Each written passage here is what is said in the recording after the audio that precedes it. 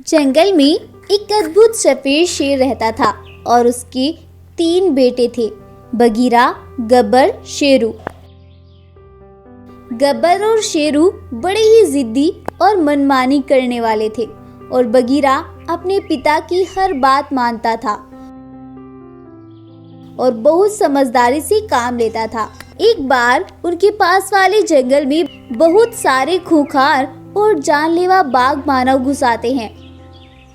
ये खबर जब राजा सफेद शेर और उसके बेटों को पता चलती है तो राजा शेर का बड़ा बेटा बगीरा अपने दोनों भाइयों से कहता है, अरे भाइयों, हमारे पास वाले जंगल में बहुत से खूंखार मानव बाघ घुस आए हैं। तुम दोनों को सावधान रहना होगा भाइयों, और ना ही उस जंगल में तुम्हें जाना है।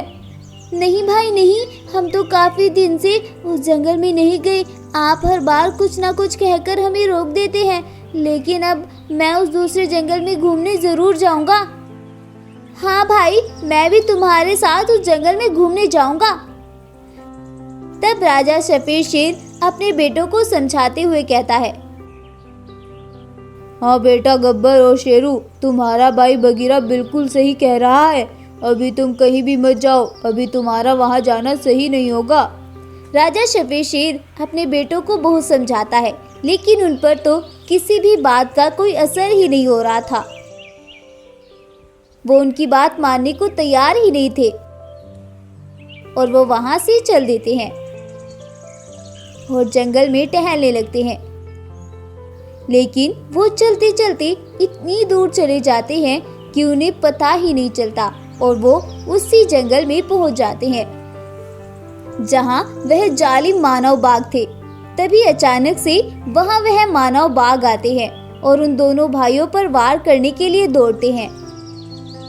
बाघ मानव को अपनी तरफ दौड़ते देख गब्बर और शेरू डर जाते हैं और अपनी जान बचाकर भागने लगते हैं। लेकिन पीछे से एक मानव बाघ गब्बर पर हमला कर देता है। तभी वहां गब्बर का बड़ा भाई बगीरा अपने दोनों भाइयों को ढूंढते हुए आ जाता है और वह गब्बर पर मानव बाघ का हमला होते देख दौड़ता हुआ जाता है और अपने पिता को बुला कर ले आता है और उसे देख सफेद शेर कहता है, देखो, तुम इस छोटे से बच्चे को छोड़ दो, इसे खाकर तुम्हारी भूख नहीं मिटेगी। तुम इसे छोड़ दो, ये मेरा बेटा है, तुम इसे मत मारो। अच्छा, इसे खाकर मेरा पेट नहीं भरेगा तो क्या हुआ? तुम सबको खाकर तो भर ही जाएगा ना। मैं तुम सबको अपना शिकार बना लूंगा। हा हा हा हा हा। ये सुनकर सफेद शेर को गुस्सा आ जाता है और वो बाघ मानव पर हमला बोल देता है। बाघ मानव भी उस पर जोरदार हमला कर देता है। उन दोनों में घमासान लड़ाई हो जाती है और आखिर में राजा सफेद शेर उस मानव बाघ को मार गिराता है और अपने बेटे गब्बर को बचा लेता है। लेकिन तभी वह शेरू को ढूंढने लगते हैं और शेरू उन्हें दूर भागता दिखाई देता है और उसके पीछे एक बाघ मानव से मारने के लिए भाग रहा था। यह देख सफेद शेर और बड़ा भाई बगीरा के होश उड़ जाते हैं और वह बहुत तेजी से दौड़ते हैं और राजा सफेद शेर अपनी पूरी ताकत से उस मानव बाघ पर हमला कर देता है और उसे भी वहीं पर मार डालता है।